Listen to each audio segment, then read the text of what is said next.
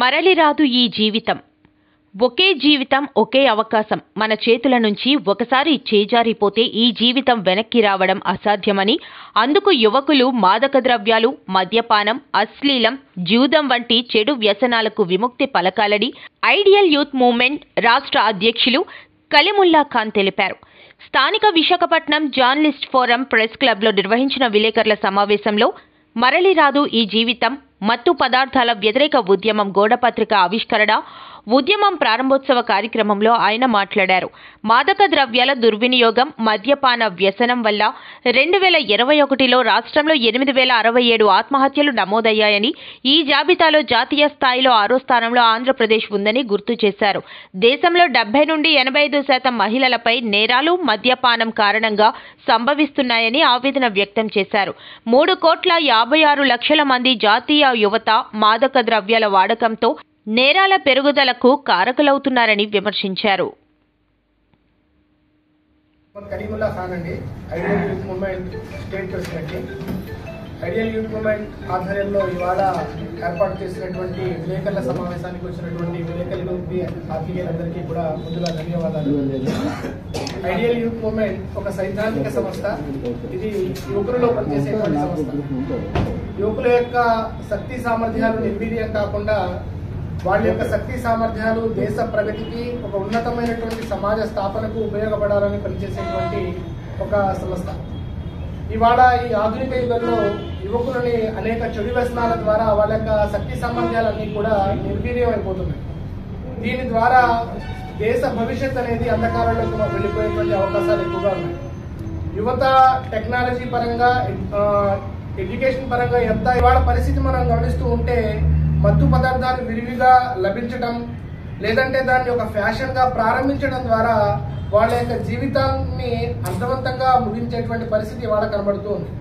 కాబట్టి ideal youth movement యువకులలో శక్తి సామర్థ్యాన్ని పెంపొందించడానికి, వాళ్ళ యొక్క శక్తి సామర్థ్యాలు ఒక రైట్ డైరెక్షన్ లో ఉపయోగపడేలాగా వాళ్ళని ట్రైన్ చేస్తూ ఉంటుంది. దాంట్లో భాగంగానే కొన్ని సామాజిక సేవా కార్యక్రమాన్ని ఏర్పాటు చేయడం జరుగుతుంది. అదేవిధంగా సమాజంలో జరిగేటువంటి చెడులు ఏవైతే ఉన్నాయో వాటిని ప్రశ్నించేటువంటి తత్వాన్ని కూడా యువకులలో పెంపొందించడానికి ప్రయత్నం చేస్తూ ఉంటుంది. ఇవాళ ముఖ్యంగా మీ ముందుకు రావడానికి గల ముఖ్య కారణం ఏంటంటే, ఇవాళ మత్తు పదార్థాలు ఏవైతే ఉన్నాయో ఇవి యువకులని వాళ్ళ యొక్క జీవితాలని అర్థవంతంగా ముగించేలా చేస్తూ ఉన్నాయి. మనం పాత గణాంకాలని కనుక ఒకసారి పరిశీలిస్తే, ఈ మత్తు పదార్థాల వల్ల దాదాపు 8,000 మంది ఆత్మహత్యలు చేసుకున్నటువంటి పరిస్థితి మనందరికీ కనబడుతూ ఉంటుంది. అదేవిధంగా మహిళలపై జరిగినటువంటి అత్యాచారాలు, మహిళలపై జరిగినటువంటి నేరాలను కనుక చూస్తే దాదాపు 70 నుంచి 80% వరకు ఇవి మద్యం మత్తులో చేసినటువంటి నేరాలుగా మనందరం కూడా మనకు కనబడుతూ ఉన్నాయి.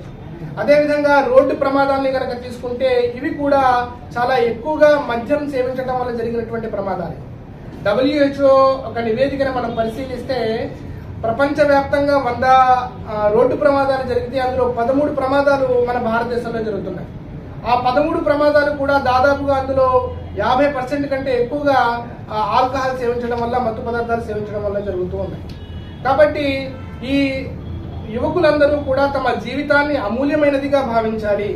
ప్రతి సూర్యోదయాన్ని కూడా వాళ్ళు ఆస్వాదించాలి. తమ జీవితాన్ని ఈ చిన్ని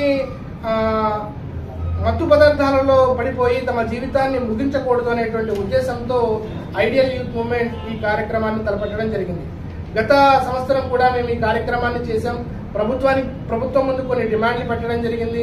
ఈ మద్య నిషేధం ఏదైతే మీరు అమలు చేస్తారన్నారో అది ఎంతవరకు వచ్చింది, దాన్ని ఎందుకు మీరు అమలు చేయలేకపోతున్నారు, గాంధీజీ కలలుగనటువంటి స్వరాజ్యం పేరుతో గాంధేవాదులు కూడా ఇవాళ మద్య నిషేధానికి వైపు ముందుకు రాకపోవడానికి గల కారణాలు ఏమిటి, వీటన్నిటిపై కూడా మేము ప్రభుత్వాన్ని కూడా ప్రశ్నిస్తాం. ప్రభుత్వానికి కూడా మా తరపు నుంచి మెమోరాండం ఇస్తాం. అదేవిధంగా మద్యపానం ఏదైతే ఉందో అవి ఊరి మధ్యలో కాకుండా ఊరి చివరిలోకి, ఊరి మధ్యలో విద్యాలయాల దగ్గర, మసీదుల దగ్గర, గుడుల దగ్గర, చర్చిల దగ్గర ఇక్కడ ఎక్కడా లేకుండా దూర ప్రాంతాలకు తీసుకువెళ్లి అంచెలంచెలుగా మద్యపాన నిషేధాన్ని చేయవలసిందిగా కూడా మేము ప్రభుత్వాన్ని ఈ సందర్భంగా డిమాండ్ చేస్తున్నాం. ఈ రోజు భవన నిర్మాణం కార్మికులు రాష్ట్ర కమిటీ పిలుపు మేరకు బి వెంకట్రావు ఆధ్వర్యంలో జీవీఎంసీ ఆపోజిట్ గాంధీ విగ్రహం వద్ద నిరసన తెలియజేశారు. ఈ సందర్భంగా జిల్లా ప్రధాన కార్యదర్శి శ్రీనివాసరావు మాట్లాడుతూ, వైఎస్ఆర్ పార్టీ ప్రభుత్వం వచ్చిన తరువాత భవన నిర్మాణ కార్మికులకు అన్యాయం జరిగిందని, వైఎస్ఆర్ ప్రభుత్వం వచ్చిన తరువాత తెలుగుదేశం నాయకులు ఇసుక కుంభకోణం చేశారని, ఇసుకను ఆపేశారు, కుంభకోణం జరిగిందని చెప్పిన నాయకులను ఈ కారణంగా 6 నెలలు ఇసుక నిలిపివేయడం, తరువాత కోవిడ్ కారణంగా పనులు దొరక్కపోవడంతో భవన నిర్మాణం కార్మికులు జీవితం అతలాకుతలమైందని అన్నారు. సిఐటియు ప్రధాన కార్యదర్శి ఆర్కేఎస్ కుమార్ మాట్లాడుతూ, భవన నిర్మాణ కార్మికులకు చెందిన డబ్బులు సుమారు 1300 కోట్ల రూపాయలు వేరే పథకాల కోసం మళ్లించి భవన నిర్మాణ కార్మికుల పొట్టకొట్టడం జరిగిందని చెప్పారు. గౌరవ మహిళా నాయకురాలు అనసూయ మాట్లాడుతూ, సిమెంట్, ఐరన్, ఇతర వస్తువులు ధరలు పెరిగాయి, మా డబ్బులు మాకే ఇవ్వాలని వెల్ఫేర్ బోర్డు పునరుద్ధరించాలని డిమాండ్ చేశారు. రెండోది ఏంటంటే ఈరోజు ప్రధానంగా చంద్రన్న బీమా పేరుతో ఆనాడు, ఈరోజు జగనన్న బీమాతోనే, రాజన్న బీమాతోనే ఈరోజు తీసుకెళ్లిపోయిన డబ్బుల్ని బోర్డు తిరిగి చెల్లించాలి. సంక్షేమ పథకాలకి మా బోర్డుని ముడిపెట్టి లింక్ పెట్టొద్దని సత్యం ఈ రాష్ట్ర ప్రభుత్వాన్ని కోరుతా ఉన్నాం. అమ్మా చెప్పండి, ఏ విధంగా చెప్తారు ఈ ఆందోళన? ఈ ఆందోళన కార్యక్రమం 2019లో జగన్ ప్రభుత్వం ఎక్కిందండి. భవన నిర్మాణ కార్మికులకైతే గొడ్డలు పెట్టిలాంటిదైంది. ఎందుకంటే ఏకంగానే ఇసుకని ఆలుసూలు లేకుండా ఏకంగా ఇసుకను 6 నెలల పాటు బ్యాన్ చేయడం జరిగింది. దానివల్ల మా భవన నిర్మాణ కార్మికులు చాలా మంది అప్పుల పాలైపోయి ఆత్మహత్యలు చేసుకోవడం జరిగింది. అదే కాకుండా కరోనా వచ్చింది. కరోనా వచ్చిన తర్వాత అందరు కార్మికులకి సహాయం చేశారు. భవన నిర్మాణ కార్మికులకి మేము సాయం చేస్తాం, మీరు అర్జీలు పెట్టండి అనేసి మాకు వాళ్ళు పిలిపించిన తర్వాత మేము పెట్టడం జరిగింది. అటువంటి పరిస్థితుల్లో కూడా మేము కరోనా సాయం కోసం అర్జీలు పెట్టాం. అయ్యా ప్రభుత్వం సొమ్ము ఇవ్వద్దు, మా బోర్డులో సొమ్ము ఏదైతే ఉందో మా బోర్డు సొమ్ము మాకు చెల్లించండి అని చెప్పేసి మేము అడగడం జరిగింది. దానికి ఇస్తానని చెప్పి కూడా మాట తప్పనన్నాడు, మనం తిప్పనన్నాడు. ఈరోజు మాట తప్పారు, మనం తిప్పారు. అలాగే ఏ రోజైతే పెట్టండి మేము వస్తామని చెప్తారు, ఇవ్వలేదు ఇప్పటి వరకు. అదే కాకుండా ఏదైతే ఈ బోర్డు సంక్షేమ బోర్డు ఉందో, ఈ బోర్డు ప్రభుత్వాన్ని కాదు, ఎవరి సొమ్ము కాదు. మేము బిల్డింగ్ మీద పనిచేస్తేనే వస్తుంది 1% సెస్. మా కష్టం అనేది మా రక్తాన్ని చెమటగా మా మార్చి వాటి సొమ్ముని ఈ రోజు ఈ ప్రభుత్వం లూటి చేస్తుంది. ఏదైతే 1250 కోట్ల రూపాయలు రాజన్న బీమాకి, అలాగే పవర్ ఫైనాన్స్ కంపెనీకి కూడా తరలించింది. అవి ఏవైతే ఉన్నాయో అవి మా బోర్డుకి చెల్లించాలి. ఏవైతే మా క్లైమ్లు ఉన్నాయో ఇతర రాష్ట్రాల్లో అమలవుతుంది. ఎందుకంటే పిల్లలు డెలివరీ అయిన భవన నిర్మాణ కార్మికుల పిల్లలు డెలివరీ అయినా వస్తూ ఉన్నాయి. అలాగే కార్మికుడు భార్య డెలివరీ అయినా వస్తుంది. డెలివరీకి, అలాగే మ్యారేజ్కి, అలాగే స్కాలర్షిప్లు, 60 సంవత్సరాలు దాటినటువంటి వాళ్ళకి పెన్షన్ కూడా ఇవ్వాలని మేము డిమాండ్ చేస్తున్నాం. ఈ బోర్డు 12, 14 మేమో తీసుకొచ్చి ఆపివేయడం జరిగింది. దీన్ని మేము తీవ్రంగా ఖండిస్తాను. అనేక రూపాల్లో పోరాటం కూడా చేస్తా ఉన్నాం. చేసిన క్రమంలో ఈరోజు ఏమంటున్నాడంటే కార్మిక శాఖ మంత్రి, ఆయనకి భవన నిర్మాణ కార్మిక సంఘం బోర్డు తాలూకా సంగతి తెలుసో లేదో మరి నాకు తెలియదు, కానీ మీకు నవరత్నాలు వస్తున్నాయి కదా, అందులో భాగమే అందుకు దాపుతున్నామని. నవరత్నాలు ఎవరికి ఇస్తున్నామన్నారు? ఇది ప్రభుత్వం సొమ్ము కాదు. మేము ఏదైతే బోర్డుకి చెల్లిస్తామన్నామో సెస్ 1% సెస్, అలాగే ప్రతి కార్మికుడు 5 సంవత్సరాలకు 60 రూపాయలు చెల్లిస్తామన్నాడు. ఆ సొమ్ము అంతే తప్ప కానీ ఇది ఎవరో అప్పు సొమ్ము కాదని మేము అడుగుతున్నాం. ఇది ఎంత విడ్డూరము! తండ్రి ఎక్కినటువంటి బోర్డుని ఈ రోజు కొడుకొచ్చి దాన్ని పూర్తిగా నిర్వహించింది. దీన్ని పూర్తిగా మేము ఖండిస్తా ఉన్నాం. ఈ రోజు ఇక్కడే కాదు, భవన నిర్మాణ కార్మిక సంఘం రాష్ట్ర వ్యాప్తంగా ఈరోజు ఆందోళన అనేది జరుగుతూ ఉంది. అదే కాకుండా ఈరోజు ఇసుక అది ప్రకృతి, ఎవరు పండించింది కాదు. ఆ ప్రకృతిని ఈరోజు దున్నపోతులు దెబ్బలాడుకొని లేకపోయిన మట్టిసినట్టుంది. రాజకీయ నాయకులు వీళ్ళు కాదని వాళ్ళు కాదని వీళ్ళు దెబ్బలాడుకొని ఈరోజు మా భవన నిర్మాణ కార్మికులు పొట్టలు పడతా ఉన్నారు. అదే కాకుండా సిమెంట్, ఐరన్ రేట్లు చూస్తే విపరీతంగా పెరిగింది. ఈ ప్రభుత్వం వచ్చిన తర్వాత మేమైతే భవన నిర్మాణ కార్మికుల ఆందోళన. ఎందుకంటే ఈ ప్రభుత్వం వచ్చాక ఎవరికి కూడా 20 రోజులు కూడా పని దొరకలేదు. పని లేక అన్నమో రామచంద్ర నేడుస్తున్నాం. ఎందుకంటే ఎక్కడికి ఎన్నాళ్ళు కార్మికులకు ఎత్తుకొని వాండర్ వచ్చాడు. ఈ రోజు వాండర్ని ఎత్తుకొని మేము పరిస్థితి ప్రభుత్వం. ఏవైతే 12, 14 మేమో ఉందో రద్దు చేయాలి.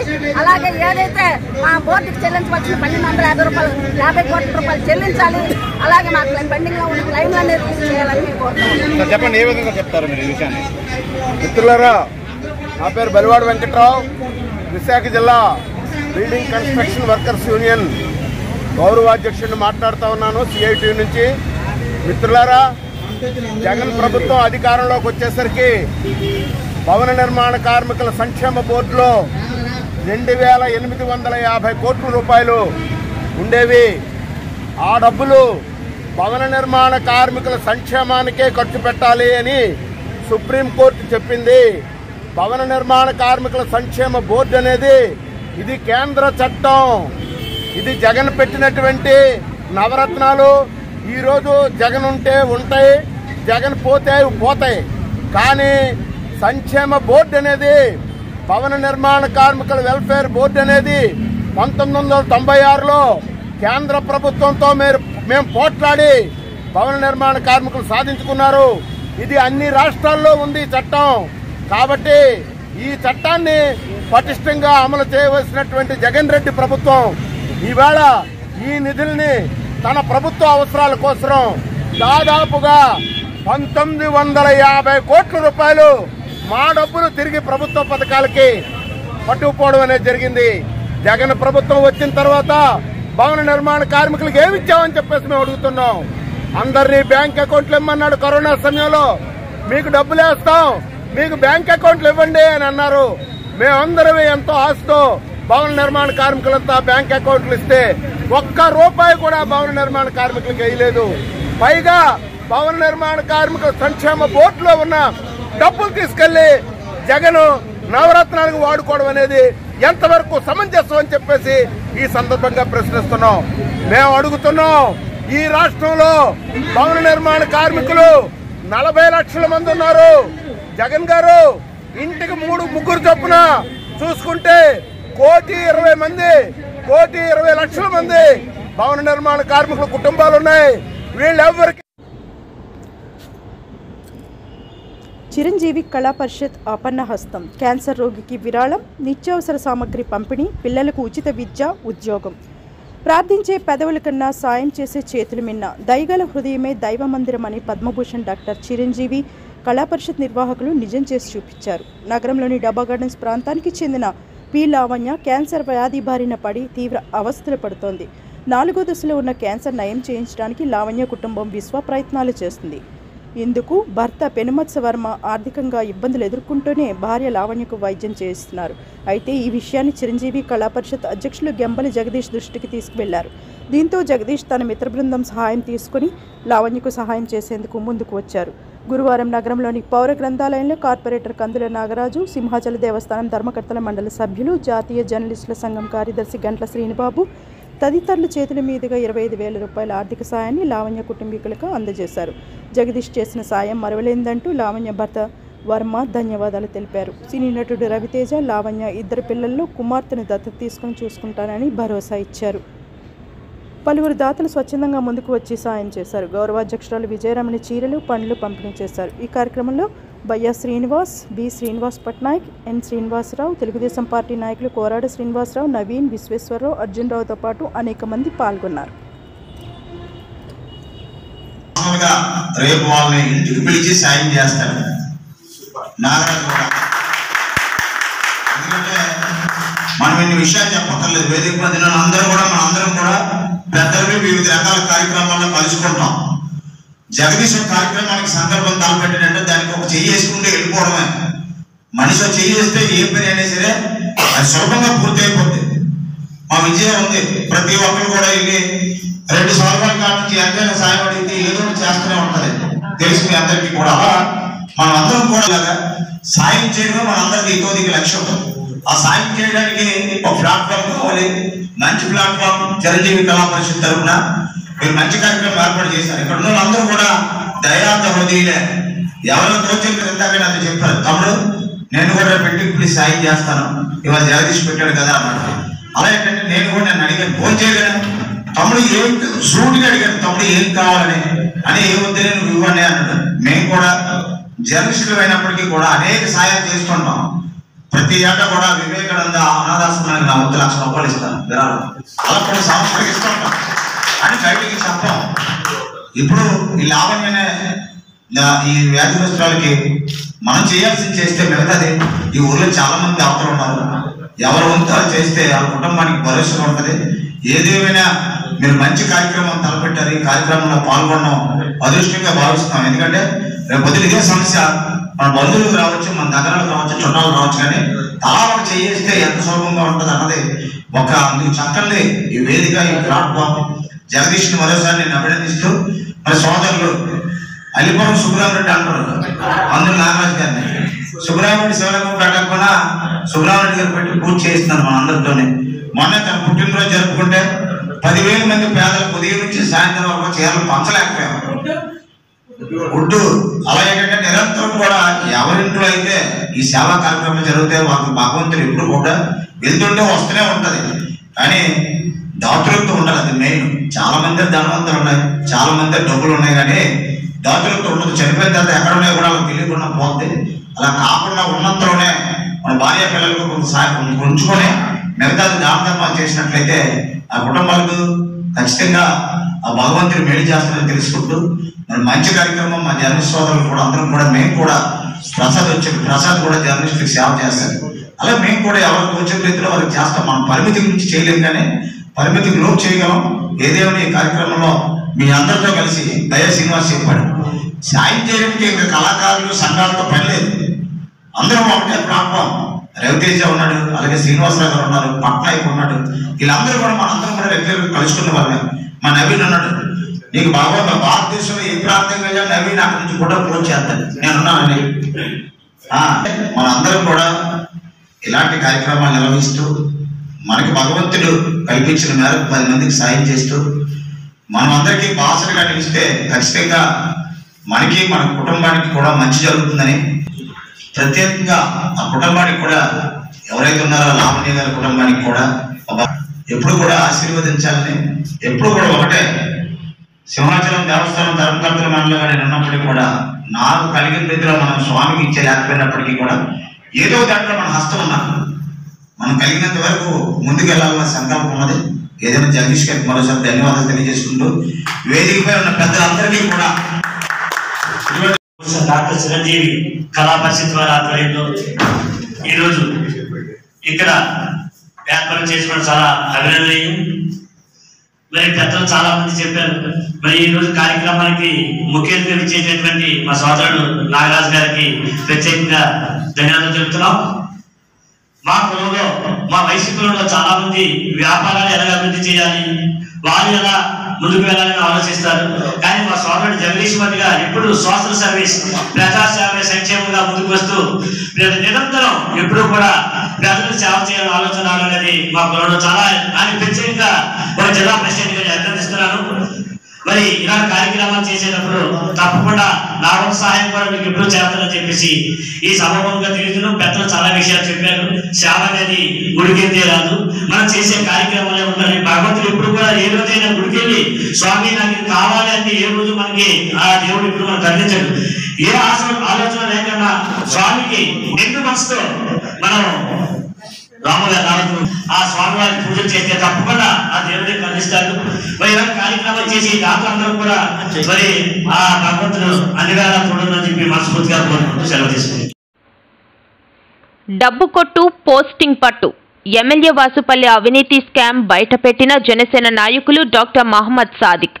ప్రభుత్వ ఉద్యోగుల పోస్టింగులు బదిలీల ద్వారా సుమారు 25 కోట్లు వెనక్కి వేసుకున్నట్లు సాదిక్ ఆరోపించారు.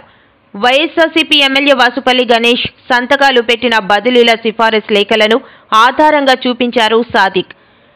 అలాగే డబ్బులివ్వని వారికి బదిలీలు పోస్టింగ్లు నిలిపివేయాలని కూడా లేఖలు, నేరుగా సీఎం ఆఫీస్కి రాసిన లేఖలు కూడా ఆధారంగా సాదిక్ మీడియాకు చూపించారు. ప్రతి పోస్ట్కు ఓ టారిఫ్ పెట్టుకుని మరీ వసూలు చేస్తున్నారని సాదిక్ ఆరోపించారు. ముఖ్యంగా పోలీస్, ఎలక్ట్రికల్, అంగన్వాడీ టీచర్లు, ఆయాలు, పరిశుభ్ర కార్మికుల నియామకాలలో ఎక్కువ మొత్తంలో వసూలు చేస్తున్నట్లు తెలిపారు. సిఫారసు లెటర్కి కనీసం ₹1,00,000. విశాఖ దక్షిణ నియోజకవర్గ ఎమ్మెల్యే వాసుపల్లి గణేష్ కుమార్ ఉద్యోగుల పోస్టింగులు, బదిలీల ద్వారా లక్షలాది రూపాయలు వసూలు చేస్తున్నారని మాజీ ఆంధ్ర రాష్ట్ర pollution control board member, Visakha దక్షిణ జనసేన పార్టీ నాయకులు, GVMC corporator doctor Mohammed Sadiq తీవ్ర స్థాయిలో ఆరోపించారు.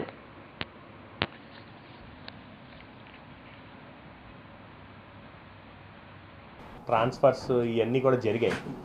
ఏదైతే ఈ జీవీఎంసీలో కానీ, పోలీస్ డిపార్ట్మెంట్లో కానీ, ఇంకా రకరకాల్లో, అది ఏదైనా సరే, అంటే డిపార్ట్మెంట్ ఏదైనా సరే డబ్బు కొట్టు పోస్టింగ్ పట్టు అన్నట్లో భాగంగా ఈ వాసుపల్లి గణేష్ కుమార్ అనే వ్యక్తి ఏం చేశారంటే, ఒక మెనూ కార్డు ఉంది ఆయన దగ్గర, ఒక టారిఫ్ ఉందన్నమాట. మనం ఏదైతే హోటల్కో, రెస్టారెంట్కో ఏదైనా మనం వెళ్ళామనుకోండి, బాబు మెనూ చూపించు అన్నట్టు ఎలాగైతే మెనూ తీసుకొని మెనూ కార్డు తీసుకొని ఏదో ఆర్డర్ ఇస్తాం కదా, అలాగా ఎవరైనా సరే ఆయన ఆఫీస్కి వెళ్ళాలన్నా ఎవరైనా సరే ఏదైనా పోస్టింగ్ కావాలన్నా ఒక మెనూ కార్డు ఉంది. ఆ మెనూ కార్డు ఏంటంటే క్లియర్గా సిఐ పోస్టింగ్కి 10 లక్షల రూపాయలు, ఎస్ఐకి 5 లక్షల రూపాయలు, హోంగార్డ్ పోస్టింగ్ అంటే ట్రాన్స్ఫర్లో ఇవన్నీ కూడా అనమాట 2 లక్షల రూపాయలు, మ్యూచువల్ ట్రాన్స్ఫర్ రికమెండేషన్ అనమాట. అంటే ఒక లెటర్ ఏదైనా సరే ఒక రికమెండేషన్ లెటర్ కావాలంటే 1 లక్ష రూపాయలు, మినిమం 1 లక్ష రూపాయలు ఒక రికమెండేషన్ లెటర్ ఇవ్వాలంటే ఆయన టారిఫ్లో భాగం అనమాట వాసుపల్లి. అలాగే మ్యూచువల్ ట్రాన్స్ఫర్ రికమెండేషన్స్ ఉంటాయి, ఈ ఏరియా నుంచి ఆ ఏరియాకి ట్రాన్స్ఫర్లు కానీ దేనికైనా సరే 1 లక్ష రూపాయల నుంచి 10 లక్షల రూపాయలు. ఆ పోస్ట్ బట్టి ఆయన తాలూకున్న క్యాడర్ బట్టి ఒక పోస్ట్ ఉంది జీవీఎంసీలో పెద్ద పోస్ట్ అనుకోండి, లైక్ సిఎంఓహెచ్ పోస్ట్ అనుకోండి, లేకపోతే ఇంకేమైనా పీడీ పోస్ట్ అనుకోండి, ఒక 10 లక్షల వరకు వాళ్ళ తాలూకా టారిఫ్లు అనమాట. అందుకే ఈ రికమెండేషన్ లెటర్స్కి ఏంటంటే మినిమం 1 లక్ష రూపాయలు, మ్యాక్సిమం 10 లక్షల రూపాయలు అనమాట. అలాగే ఈ family certificate, legal heir certificate అంటారు కదా, ఈ లీగల్ హైర్ సర్టిఫికేట్స్ కూడా ఎవరైతే కావాలో వాళ్ళందరూ కూడా ఈ వాసుపల్లి గణేష్ కుమార్ ఎమ్మెల్యే తాలూకా ఆఫీస్కి వెళ్తే ఏంటంటే ఆ లీగల్ హైర్ సర్టిఫికేట్ కాల్కున్న ఆస్తులు ఏంటి అవన్నీ చూసి ఎంఆర్ఓకి ఫోన్ చేసి రికమెండ్ చేయాలంటే దానికి కూడా ఏంటంటే 50,000 నుంచి 2 లక్షల రూపాయల తాలూకా టారిఫ్ ఫిక్స్ చేశారనమాట. అంటే చిన్నవి ఏవైనా చిన్న ఆస్తులు అవి ఉంటే 50,000 తీసుకుంటారు, పెద్ద ఆస్తులు ఉన్నాయి దాని వెనకాతల వాళ్ళకు ఫ్యామిలీ సర్టిఫికేట్ కావాలంటే కేవలం ఒక ఫోన్ చేసి చెప్పడానికి కోసం. అలాగే షిఫ్ట్ ఆపరేటర్, ఏపీఈపీడీసీఎల్లో ఎలక్ట్రికల్ డిపార్ట్మెంట్లో షిఫ్ట్ ఆపరేటర్లు అవుట్సోర్సింగ్ పోస్టుల కోసం 6 లక్షల రూపాయలు, 6 lakhs ఒక పోస్ట్ కోసం 6 లక్షల రూపాయలు. అవుట్సోర్సింగ్ పోస్ట్, గవర్నమెంట్ దాంట్లో అవుట్సోర్సింగ్ పోస్ట్ ఏదైనా దానికి రికమెండ్ చేసి పోస్టింగ్ వేయించాలంటే 5 లక్షల రూపాయలు. శానిటరీ వర్కర్, ఏదైతే జీవీఎంసీలో ఏదైతే పారిశుభ్ర కార్మికులు ఉంటారో వాళ్ళ కోసం 3 లక్షల రూపాయలు. అంగన్వాడీ టీచర్స్, ఈ అంగన్వాడీ టీచర్స్కి 2 లక్షల రూపాయలు. అంగన్వాడీలో ఆయాకి 1 లక్ష రూపాయలు. ఆశా వర్కర్స్ ఎవరైతే ఉన్నారో వాళ్ళందరికీ 1 లక్ష రూపాయలు. అలాగే ఈ నామినేటెడ్ పోస్టులు ఉన్నాయి మనకు తెలుసు, ఏదైతే ఈ గుడి తాలూకా నామినేటెడ్ పోస్టులు చైర్మన్లు కానీ బోర్డు మెంబర్స్ కానీ దీనికి అందరు కూడా మీ అందరికీ తెలుసు. ఒక విషయం ఏంటంటే కేవలం కనక మహాలక్ష్మి టెంపుల్ కోసం, ఆలయం కోసం, చైర్మన్ కోసం ఒక వ్యక్తి 1 కోటి రూపాయలు ఈ గణేష్ కుమార్కే ఆఫర్ చేయడం జరిగింది. డబ్బులు కూడా ఈయన తీసుకున్నాడు, ఆ వ్యక్తి పేరు నేను చెప్పదలుచుకోలేను, కానీ 1 కోటి రూపాయలు గణేష్ కుమార్కి ఆయన ఆఫర్ చేసి ఇప్పుడు దాకా ఆయనకి పోస్ట్ ఇప్పిస్తాను, అదిగో ఇప్పిస్తాను, ఇదిగో ఇప్పిస్తానని ఆయన తిప్పుతున్నాడు లిటరల్గా. గతంలో కూడా ఆయన చైర్మన్గా చేస్తున్నాడు, మళ్ళీ నీకే ఇప్పిస్తానని చెప్పేసి మొన్న దాంట్లో మిస్ అయింది, కానీ డబ్బులు మాత్రం ఆయన దగ్గర ఉండిపోయింది. ఆయన అలాగే ఊరంతా చెప్పుకొని తిరుగుతున్నాడు, 1 కోటి రూపాయలు నాకు ఈ పోస్టింగ్ కోసం తీసుకున్నాడు, ఇప్పుడు దాకా నాకు ఇవ్వలేదని చెప్పేసి. అలాగే ఈ రీసెంట్గా అపాయింట్ అయిన మీ అందరు తెలుసు కదా, ఈ నియోజకవర్గంలో పోలీస్ డిపార్ట్మెంట్లో బోల్డ్ ట్రాన్స్ఫర్ నామినేషన్ జరిగాయి. ఇవన్నీ కూడా ఈ టారిఫ్లో భాగంగానే వాళ్ళందరికీ కూడా పోస్టింగ్లు జరిగాయి. అలాగే ఈయనకి తెలియకుండా కానీ లేకపోతే ఎక్కడ పైనుంచి ఏదైనా పోస్టింగ్ తెచ్చుకున్నాడు అనుకోండి, ఈయన సంబంధించిన పరిధిలో కానీ లేకపోతే ఇంకేదైనా సరే ఈయన ఒక లెటర్ పెట్టి ఇంకొకటి ఎవరికైనా వస్తే ఈయన డైరెక్ట్గా లెటర్లు అనమాట లేనిపోని వాళ్ళ మీద ఆరోపణలు చేస్తూ, అదిగో ఈ వ్యక్తికి ఇవ్వద్దు, ఈ వ్యక్తికి ఏమో పోస్ట్ ఎవడైనా సరే రికమెండ్ చేస్తారు, సరే రికమెండ్ చేసి ఇది పోస్టింగ్ ఇవ్వని చెప్పి డబ్బులు తీసుకుంటున్నాడు. మనోడు ఎంత కక్ష సాధింపులాగంటే వీడికి అందలేదని చెప్పేసి లెటర్లు రాసి పోస్టింగ్లు కూడా ఆపించే వ్యక్తి ఈ వాసుపల్లి గణేష్ కుమార్. 0 వడ్డీ అక్క చెల్లెమ్మలకి ఇచ్చే ప్రోగ్రామ్ గాని, చేయూత ప్రోగ్రామ్ గాని, even in a small way Ammavodi అనే ప్రోగ్రామ్ కూడా కలిసి వస్తుంది. అక్క చెల్లెమ్మల ఎంపవర్మెంట్ అనేది నిజంగా మనం వాళ్ళ చేతుల్లో పెట్టగలిగాము, వాళ్ళకు చూపించగలిగాం. క్రమం తప్పకుండా ప్రతి సంవత్సరం వాళ్ళని టార్గెట్ చేసి ప్రతి సంవత్సరం వాళ్లకు హ్యాండ్ హోల్డింగ్ చేస్తూ వాళ్ళకు సహాయం చేయగలిగాం. కాబట్టి ఈ రోజు పొదుపు సంఘాలలో నాన్ పర్ఫార్మింగ్ అసెట్స్ కానీ అవుట్ స్టాండింగ్ పరిస్థితి ఏమిటి అని చెప్పి చూస్తే ఎక్కడ 0.3%, ఎక్కడ 18%. లిటరల్ గా ప్రతి అక్క చెల్లెమ్మలను ఇంతగా తోడుండి నడిపించే కార్యక్రమం చేసినాం. ఈ ఒక్క వైఎస్ఆర్ ఆసరా అనే ఒక్క ప్రోగ్రాం 25,570 కోట్ల రూపాయలు. ఓన్లీ ఒకటే ఒక ప్రోగ్రాం. ఇందులో 3 ఇన్స్టాల్మెంట్స్ పూర్తి చేసినాం. ఒక్కొక్క ఇన్స్టాల్మెంట్ దాదాపుగా 6,400 దగ్గర 6,400 కోట్ల రూపాయలతో 19,200 కోట్ల రూపాయలు దాదాపుగా ఇప్పటికే ఇవ్వడం జరిగిపోయింది. ఇక చివరి ఇన్స్టాల్మెంట్ 4వ ఇన్స్టాల్మెంట్ చివరి ఇన్స్టాల్మెంట్ ఏదైతే మనం 4 దఫాల్లో ఖచ్చితంగా ప్రతి సంవత్సరం ఏదైతే మనం చేస్తూ వస్తున్నామో ఖచ్చితంగా ఏదైతే చెప్పామో అది ఖచ్చితంగా మాట నిలబెట్టుకుంటూ క్రెడిబుల్ గవర్నమెంట్గా విశ్వసనీయతకు మారుపేరుగా ఏదైతే మనం మాట చెప్పామో చెప్పిన ప్రకారం ఏదైతే చేస్తూ వస్తున్నామో అందులో చివరి ఇన్స్టాల్మెంట్ 6,400 కోట్ల రూపాయలు 79 లక్షల మంది అక్క చెల్లెమ్మలకు వాళ్ళకి ఇచ్చే కార్యక్రమం జరుగుతూ ఉంది.